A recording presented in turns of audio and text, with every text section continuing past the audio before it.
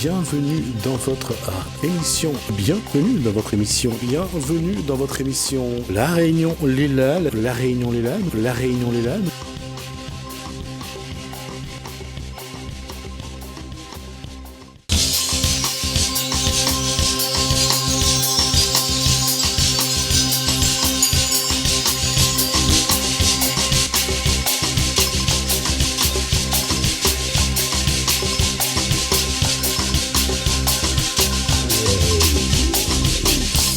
Bonsoir à tous, bienvenue dans votre émission La Réunion Léla.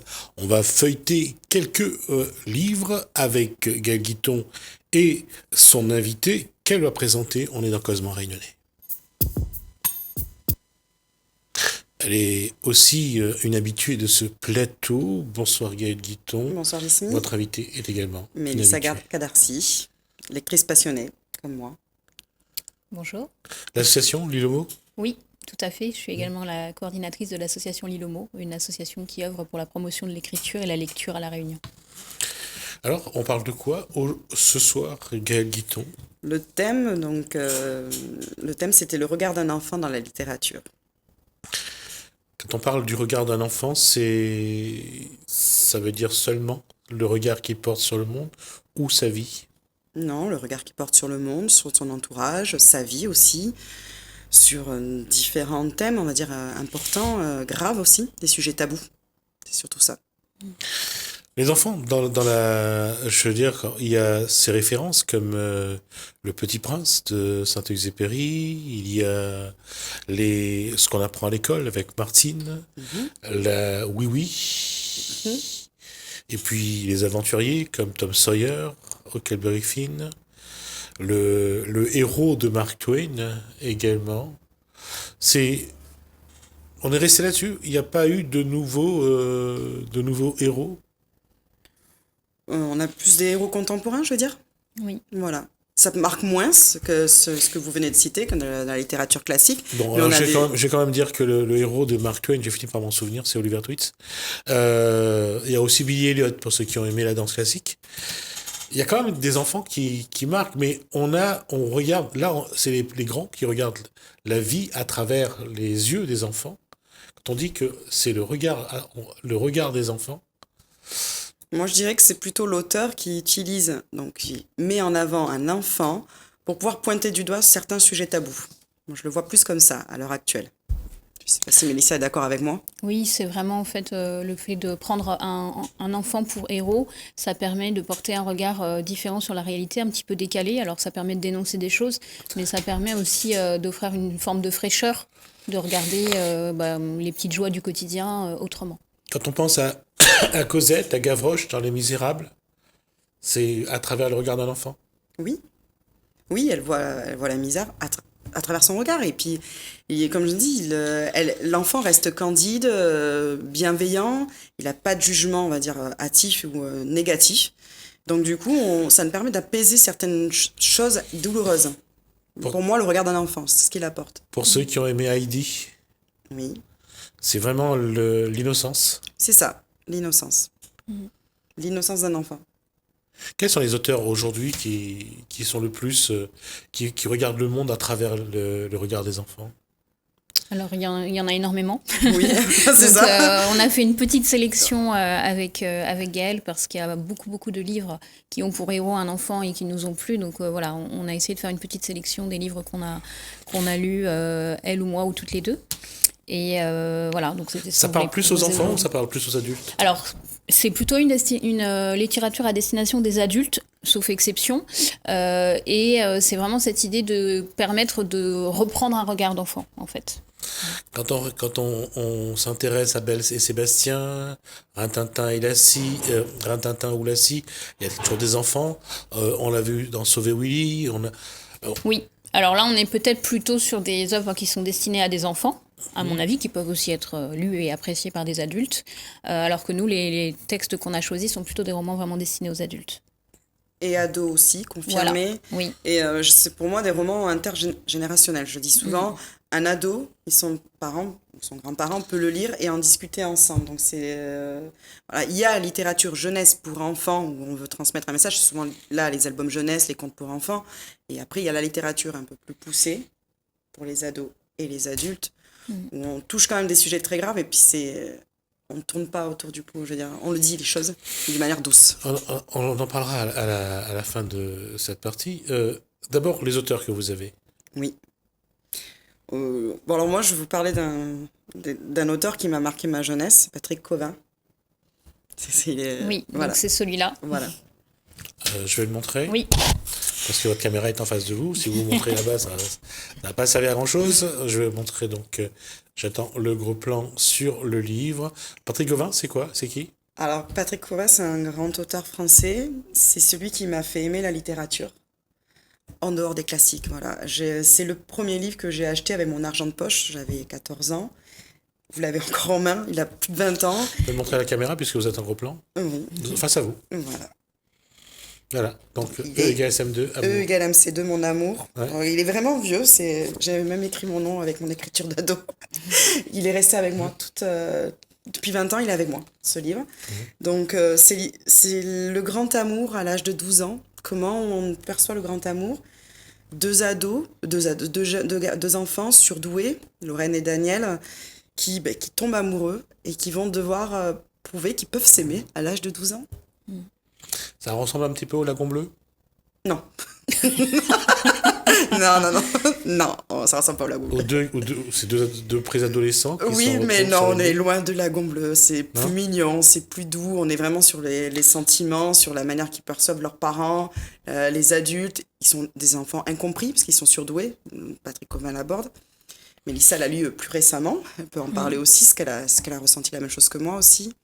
Oui, tout à fait. En fait, c'est vraiment le regard de ces deux enfants, on dit atypiques aujourd'hui, donc qui sont très très doués par rapport à les copains de leur âge et qui voient la vie différemment. Donc ils observent leurs parents avec un regard très très critique, les petits copains qui ont du mal à l'école, etc. Et en fait, ils se rencontrent et cette rencontre, c'est comme vraiment un feu d'artifice pour eux parce qu'ils rencontrent quelqu'un qui est apte à le comprendre. Voilà, tout à fait. Et c'est une rencontre qui va changer leur vie, qui va complètement les bouleverser. Ils vont tomber amoureux, effectivement, mais c'est aussi deux êtres qui enfin arrivent à communiquer et ils vont avoir énormément d'influence l'un sur l'autre. En fait, les chapitres s'alternent entre le regard du garçon et le regard de la fille. Et petit à petit, on sent que leur personnalité se patine, en fait, au contact de l'autre. Et voilà, il leur arrive un certain nombre d'aventures rocambolesques, mais c'est vraiment une belle histoire, une belle rencontre. C'est un petit peu l'histoire de deux enfants qui réfléchissent un petit peu comme des adultes et qui finalement sont entre deux mondes. Oui, ils sont entre deux mondes. Alors ils réfléchissent comme des adultes, mais en même temps ils ont des émotions qui sont un petit peu entre les deux. Enfants. Voilà, tout à fait, parce que même s'ils ont le cerveau qui fonctionne peut-être plus vite que d'autres, les émotions elles grandissent à un rythme d'enfant, et donc ils se retrouvent avec tout cet amour dont ils ne savent pas quoi vraiment faire. Et oui, donc ils grandissent en fait au fil du texte aussi. Qui couvre à peu près une année. Oui. Et ils doivent s'affirmer surtout parce que les adultes ne les comprennent pas. Il y a ça aussi, il y a ce regard que l'adulte peut porter en disant « tu ne peux pas tomber amoureux à 12 ans, ça ne peut pas être ton âme sœur ». Il y a ça en fait, il y a eux qui doivent s'affirmer. J'ai 12 ans mais je sais ce que je ressens, et les adultes qui se disent « non, tu n'as pas assez vécu ». La différence qui ajoute à la différence. Deux enfants différents et qui se comprennent, c'est ça qui est peut-être un peu paradoxal. Oui. Ouais, deux enfants surdoués qui se comprennent. Oui. En fait, c'est vraiment le miracle d'une rencontre. C'est-à-dire comment, ça se passe à Paris, donc voilà, 12 millions de personnes, on peut rencontrer la bonne personne qui va faire un déclic, qui va nous permettre de mieux nous connaître, de mieux nous accepter, etc. Oui. Ça pourrait peut-être, si Lelouch est là, on refera un homme et une femme. Et il y a une suite, je tiens à le préciser quand même. C'est si quoi? vous achetez E égale MC de mon amour, il faut avoir Pythagore, je t'adore. C'est la suite, toujours avec les mêmes héros, qui se retrouvent plusieurs années plus tard. D'accord. Ils sont mariés, ils ont des enfants. Non, je ne vous raconte pas. On va pas. C'est pour ça que j'ai posé la question. c'est pour pouvoir pour inciter les gens à regarder. Qu'est-ce que vous avez comme auteur aujourd'hui? Je- Alors moi j'ai choisi donc ce roman, La marche de Mina de Yoko Ogawa, qui est une autrice japonaise. Alors j'ai choisi ce roman effectivement parce que l'héroïne est une jeune japonaise qui, pour des raisons voilà, économiques notamment, sa mère va la placer dans sa famille, chez sa tante, et elle va vivre pendant une année avec sa cousine et dans la maison de sa tante et de son oncle. Alors déjà, lorsqu'elle s'installe dans cette maison, pour elle, c'est un changement énorme parce qu'elle quitte la ville, elle va s'installer à la campagne. Elle va s'installer dans une maison d'un certain standing alors que précédemment, elle vivait très modestement. Et elle va découvrir cette famille qui est une famille alors complètement décalée au Japon puisque c'est une famille métisse, donc avec des grands-parents allemands et qui vit un petit peu à l'écart de la vie japonaise. Et donc cette petite fille va arriver dans cette À famille. l'écart, on parle de tradition. Oui, des traditions, de certains conformismes, voilà, un petit peu en décalage. Voilà. Il faut préciser qu'on est dans les années 70, donc c'est encore plus fort Oui, en fait, c'était de encore vivre plus en fort. décalage dans cette Ouais. époque-là. Et donc, elle va découvrir avec ses yeux d'enfant la vie de ces personnes très aisées qui ont un hippopotame dans le jardin, qui ont une maison immense dont certaines pièces ne sont jamais ouvertes parce que ils sont pas assez nombreux pour les occuper, qui ont du personnel de maison, etc., etc. Et alors moi, j'ai beaucoup aimé ce livre parce que il y a toute la finesse en fait de l'écriture japonaise, la façon très délicate de décrire les sentiments. On n'est jamais dans des grands emportements, c'est toujours très sobre, très simple. Et puis cette petite fille qui est très attachante et sa cousine en fait qui a une maladie et qui compense en fait ce qu'elle ne peut pas faire parce qu'elle est malade par une imagination absolument débordante. Et donc voilà les choses qu'elles vont vivre toutes les deux et les univers qu'elles vont se créer entre elles. J'allais dire l'environnement est encore féodal dans le sens où les traditions sont très importantes. Alors féodal, je dirais peut-être pas, mais en tout cas, c'est une société qui est très marquée par, dans les années 70, mais encore aujourd'hui, par un certain nombre de traditions sur la place des femmes, la place de la famille, le respect dû aux ancêtres, le respect dû aux autorités, etc. Donc voilà, c'est plutôt cet angle-là. Je posais la question parce qu'à chaque fois c'est la même chose, c'est-à-dire c'est des sentiments qui se confrontent aux traditions. Oui. Les traditions souvent passent avant les sentiments dans ces sociétés-là. Et l'enfant comprend que les traditions sont plus importantes que les sentiments ou pas? Alors le roman ne porte pas vraiment là-dessus. Ici, c'est vraiment plutôt comment découvrir un environnement qui est différent de celui que j'ai connu jusqu'à aujourd'hui. Rencontrer des gens qui ont des valeurs différentes, etc. Et elle observe ça avec ses yeux d'enfant, et notamment les dysfonctionnements de cette famille que elle ne voit pas. D'accord. Voilà, c'est-à-dire qu'elle arrive et pour elle tout est merveilleux parce qu'ils vivent dans une grande maison, c'est formidable, la maman est très belle, très bien habillée, et en fait elle ne comprend pas que les absences du papa ne sont pas forcément que dues aux affaires, etc. Elle va découvrir petit à petit en fait Exactement. certaines choses. Et elle va L'envers du ouvrir décor. Oui, voilà, elle voit l'envers du décor au tout fur à et à fait. mesure. Et puis il y a surtout cette amitié qui naît entre les deux jeunes filles qui est assez merveilleuse. Au moins, Tomoko, le personnage principal, elle protège en fait Mina et il y a ça aussi que j'ai trouvé très fort dans ce roman. On va juste dire que l'hippocampe qui est sur la couverture, on va remontrer Oui. je vais remontrer la couverture.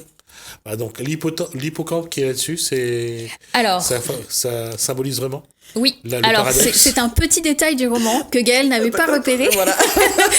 Mais donc Mina, je disais, a une imagination débordante et en fait, elle imagine des histoires et elle les matérialise par des petites boîtes d'allumettes dans lesquelles elle dessine en minuscules des histoires, des choses, voilà. Et il y a une histoire qui porte sur l'hippocampe. Voilà, donc c'est un tout petit détail. Et je suis passée à côté et que je me suis posé la question. Je m'entendais en voir un hippopotame nain en fait parce qu'il est tellement important cet hippopotame, il est tellement mignon. Oui. On a envie de lui faire des câlins tout le long du roman et je n'ai pas compris que c'était pas lui en fait sur la couverture et non l'hippocampe. L'hippocampe, pourquoi? Pourquoi j'ai posé la question pour l'hippocampe? Tout le monde sait que chez les hippocampes, C'est le papa qui porte. D'accord. Il n'y a pas vraiment cette référence. Donc... non, c'est Ouais, Non, dans mais ce livre. c'est le paradoxe. Ouais, d'accord. Pour le regard des gens, c'est souvent le paradoxe de dire que c'est le père qui porte l'enfant. Mm. Voilà, un petit peu comme ils ont fait le film L'événement le plus important depuis que l'homme est marché sur la Lune, avec Pascal Légitimus. Pour compléter, en fait, Mélissa, elle expliquait bien que dans la littérature japonaise, ils sont vraiment très subtils dans les émotions. Et moi, ce qui m'a manqué, parce que moi j'adore les émotions fortes, et c'est ce qui m'a manqué dans la littérature, qui me manque pas souvent dans la littérature japonaise, même si c'est très beau, c'est très bien écrit, c'est doux, mais voilà. C'est de comprendre les subtilités. Non, c'est que moi j'aime bien quand ça secoue. Dans cette société asiatique, le contrôle des émotions, c'est la première chose qu'on leur apprend. Oui, Donc, on le ressent dans le livre. Oui. un autre auteur, Barracuda Forever. Voilà, un livre que je voulais absolument Alors, que voilà, Mélissa le lise. Barracuda Forever, c'est Donc, Continue à le montrer, continue à le montrer. De Pascal Ruther. de Pascal Ruther. D'accord, c'est un auteur... Alors, Français. c'est un auteur français contemporain. Voilà. Alors, Barracuda, c'est le poisson ou... Ah. Non. Alors, en fait, c'est l'histoire c'est un petit garçon qui parle de son grand-père, qui est un personnage fantasque, haut en couleur, ancien boxeur et très, très... Je pense Plus qu'il haut, un peu plus haut, voilà. préciser, le grand-père s'appelle Napoléon Bonheur. Voilà, C'est très important. Et le petit garçon s'appelle Léonard Bonheur. voilà. Voilà. Et donc... C'est à préciser. Et donc, au début du roman, le grand-père Napoléon Bonheur décide de divorcer. À 85 ans. À 85 ans. Et de vivre sa vie, sa nouvelle vie, voilà. Et donc, le roman démarre comme ça. Et en fait, tout au long du texte, on a cet homme qui a envie de reconstruire une nouvelle vie, de faire des choses nouvelles, de refaire sa maison, de partir au bout du monde en moto, etc. De faire beaucoup de bêtises aussi. Voilà, et qui fait un nombre certain, effectivement, de bêtises. Et en fait, on comprend à demi-mot que chez ce grand-père, il y a quelque chose qui ne va pas. Voilà. Et on le comprend vraiment au fil du texte. Ça met un certain temps quand même à venir. On a en parallèle la grand-mère qui, divorcée fraîchement, décide d'aller habiter à l'autre bout de la France et qui écrit des lettres à son petit-fils. Et donc voilà, et on a ces deux Donc, c'est univers en l'enfant parallèle. qui reconstitue le puzzle au fur et à mesure. Exactement, Oui. voilà. D'accord. C'est l'enfant qui reconstitue le puzzle et qui raconte avec son regard très attendri parce qu'il aime énormément ses grands-parents, surtout son grand-père. Forcément, un grand-père qui fait des bêtises, c'est un peu le rêve. Et il reconstitue, voilà, au fur et à mesure, effectivement, les pièces du puzzle et il comprend que son grand-père a une maladie. Et voilà. Alors j'en ai peut-être trop dit. Oui, je ne sais pas. moi j'évite parce que je pense qu'il faut laisser la surprise au lecteur parce qu'on s'y attend pas du tout. Pour moi, Barracuda Forever, ça a été 300 pages de franche rigolade et 30 pages de larmes. Parce que ça nous tombe dessus et voilà, encore une fois, c'est le regard bienveillant d'un petit-fils qui aime son idole en fait et puis Il essaye de comprendre tout au long de la... non, du au livre. début, il est admiratif, faut le dire. Léonard est admiratif même nous, en tant que lectrice, on est admiratif de ce grand-père. On se dit, oh là, il est fou, parce qu'il en fait, il accumule les bêtises tout le long du roman. Et en fait, au fur et à mesure, on se dit, il y a quelque chose qui va pas, c'est pas normal. Et c'est Léonard qui va voir petit à petit en disant, il y a quelque chose qui va pas. Mon grand-père ne me dit pas tout. D'accord, on va arrêter là parce que sinon on va finir par tout dévoiler. Et on va voir les autres auteurs qui sont sur ce... Alors, un roman, donc du coup, que j'ai lu toute seule, c'est De la part d'Anna. Alors, je précise avec un H, parce que c'est très important dans le roman. On est dans les années 1960, dans un petit village dans le sud. Et ce qui se passe, c'est que cette jeune fille de 10 ans donc, vit dans un petit village et il va avoir une maison close qui va s'ouvrir dans ce village.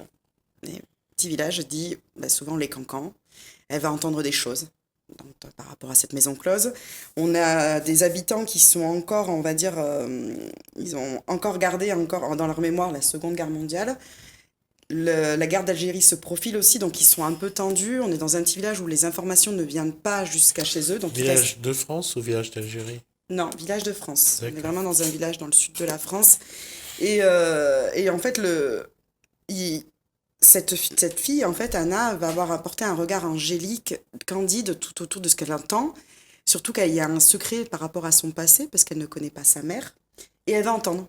des gens parler. Et elle va essayer de découvrir un peu qui elle est. Elle va passer outre, en fait, le regard, on va dire, parce que ça parle de racisme quand même dans ce roman, elle va passer outre de ce qu'elle entend. Il y a une scène importante qui m'a touchée, c'est qu'Anna, à un moment donné, va vouloir poser des questions, elle va vouloir entrer dans une église. Et le prêtre va la refuser, parce qu'il va lui dire, tu portes un Anna avec un H. Elle est juive, voilà, elle apprendra qu'elle est juive. Et il y a voilà, ce regard, voilà, où elle va... En plus, elle n'a pas la langue dans sa poche, cette jeune fille, et elle va leur rentrer dedans, en fait. En leur montrant la vérité. Bon, c'est bon, je suis une petite fille, mais j'ai rien demandé, et laissez-moi vivre. Voilà. Donc, une quête d'identité. Il aborde le racisme de manière très bienveillante et aussi avec beaucoup d'humour. C'est ce que j'aime dans ce genre de roman. Donc, Laurent Malo. Je regardais la couverture et bien choisi. Voilà. Oui. Le symbolisme est bien choisi. Oui. Comme quoi, ça veut dire que à la fin, personne ne va gagner. Non, mais c'est surtout que ce qui m'a touchée aussi, c'est que tout le monde dit qu'elle est malade. Alors, en fait, on essaye de comprendre c'est quoi cette maladie. Et quand on comprend c'est parce qu'elle est juive, ça fait, ça fait très mal au cœur. Donc, Mais comme je dis, voilà, Laurent Malo l'aborde avec beaucoup d'humour, de bienveillance et toujours avec le regard d'un enfant. Donc il n'y a pas de jugement facile. La jeune fille va grandir en fait avec ce qu'elle entend autour et découvrir aussi ses origines. Le dernier Alors le dernier, donc un livre pays, donc Tutsi, des éditions du 20 décembre. Le texte est d'Antonella Maillot et les illustrations de Cécile Cusubo. Donc c'est un conte africain avec pour moi un message d'espoir pour tous les enfants qui souffrent de mal-être. Parce que nous avons le personnage ici, Tutsi, comme on peut le voir, qui a des grandes oreilles, qui est malmené en fait à l'école parce qu'il a une différence physique et qui va essayer de s'affirmer, de s'accepter. Il y a toute une histoire d'amour autour de lui. Il y a un ami aussi particulier qui va le pousser à grandir. Donc voilà, un conte pour enfants. L'auteur situe l'histoire à La Réunion ou en Afrique? Non, ça se passe en Afrique. C'est un conte africain, mais les auteurs sont locaux. Le baobab. Voilà. Non, ça se passe en Afrique. Il y a de très très belles illustrations aussi. Et voilà, il y a un message d'espoir et d'estime de soi. Je trouvais que c'était vraiment sympa de lire avec mon fils. Ne serait-ce qu'à un moment donné, il y a un passage où il parle de notes, parce que Tutsi a des mauvaises notes, il ne va plus à l'école. La grand-mère n'arrive pas à comprendre pourquoi. Et pour moi, ça a été un moyen aussi de discuter avec mon fils, de dire est-ce que ça se passe bien à l'école? Est-ce que avec Tutsi, tu es malmené? Parce que du coup, ça parle un peu de harcèlement scolaire. Un conte très doux, qui porte un message d'espoir aussi, et comme quoi on peut faire sa différence une force. Et à entendre, on voit que le gamin gère quand même pas mal sa situation. Il va l'apprendre à la gérer. Grâce à un ami très particulier. Et, imaginaire ou... qui fait partie de l'imagination, mais il fait partie du livre. Pas imaginaire, on va dire. D'accord. Voilà. Mais il va apprendre à accepter sa différence. Il nous reste 2 minutes et vous allez répondre en 30 secondes chacune. Qu'est-ce qu'il va falloir faire pour que tous ces auteurs intéressent autant les grands que les petits? Il faut plus intéresser les grands ou les petits pour amener l'autre? Non, je pense que les deux, ça peut être... Vous voyez, Pascal Rutter, il a édité 2 fois son roman. Il a édité avec une couverture jeunesse, qui a été vendue donc, dans le catalogue jeunesse, et il a été vendu aussi avec cette couverture-là, du coup, pour les adultes. Je trouvais que c'était astucieux, parce que autant le parent et l'enfant pouvaient s'acheter le roman, et du coup le passer après à faire un échange. Donc soit les 2 livres, de toute façon, c'est celui-là, par exemple, c'est plus littérature adulte, mais on peut, à ce moment-là, quand on l'a lu, passer à son adolescent et lui dire, bon, vas-y, lis-le, il y a un beau message dedans, l'héroïne est vraiment superbe, découvre son histoire. Mélissa? Alors, je suis pas sûre que, par exemple, ce livre-là, je suis pas sûre qu'il plaise à des enfants, alors à des ados bien à l'aise en lecture quand même. Mais effectivement, pour celui-là, moi, je suis assez partisane de la lecture à haute voix. Voilà, de lire des passages à haute voix aux enfants, je trouve que ça éveille leur curiosité. Alors le piège, c'est que parfois ils ont envie qu'on leur lise après tout le livre à haute voix.